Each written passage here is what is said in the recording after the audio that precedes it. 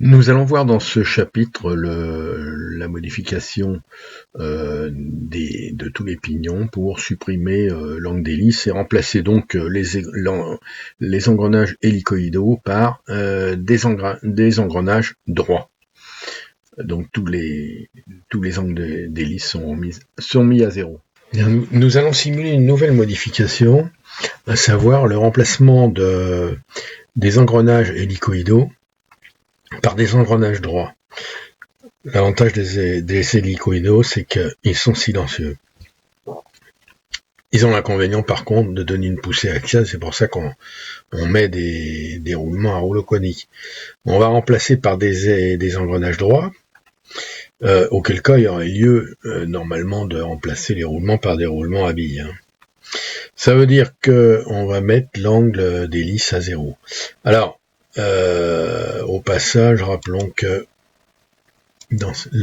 pour les hélicoïdaux, le diamètre primitif est égal au module apparent multiplié par le nombre de dents. Et le module apparent, c'est le module réel divisé par le cosinus bêta de l'angle d'hélice.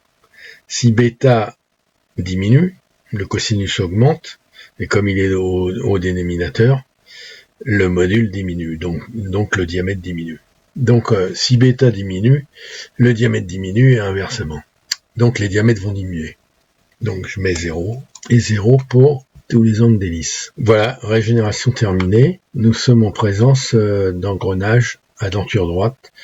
Donc comme je disais au début, là il y aurait lieu de remplacer les roulements par des roulements à billes. Les roulements à rouleau conique par des roulements à billes. Bon, on peut appeler le 2D. Voilà, on voit que les diamètres ont diminué. Voilà. Alors, ne serait-ce que dans une telle réalisation, tous les engrenages, tous les pignons sont recalculés, bien entendu.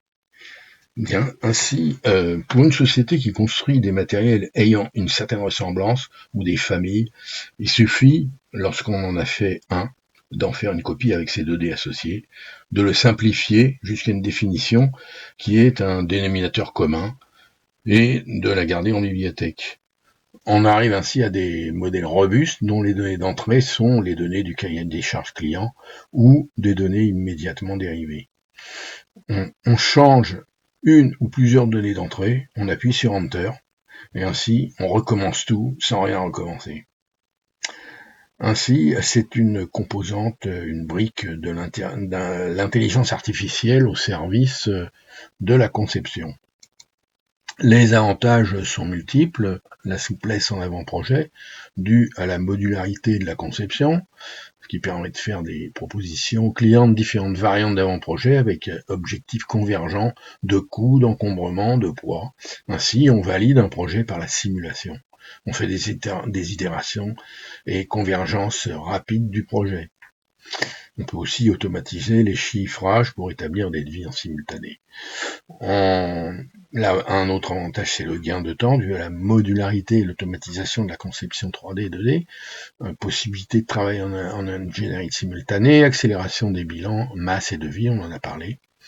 Et autre avantage, c'est la garantie de qualité et de la standardisation due au partage uniforme de l'outil, des modèles et des règles de conception qui sont en bibliothèque, à la pérennité du savoir-faire et du retour d'expérience, à la répétitivité, une diminution des erreurs de conception, de la non-qualité des problèmes induits. On peut ainsi faire bien du premier coup pour améliorer la satisfaction du client.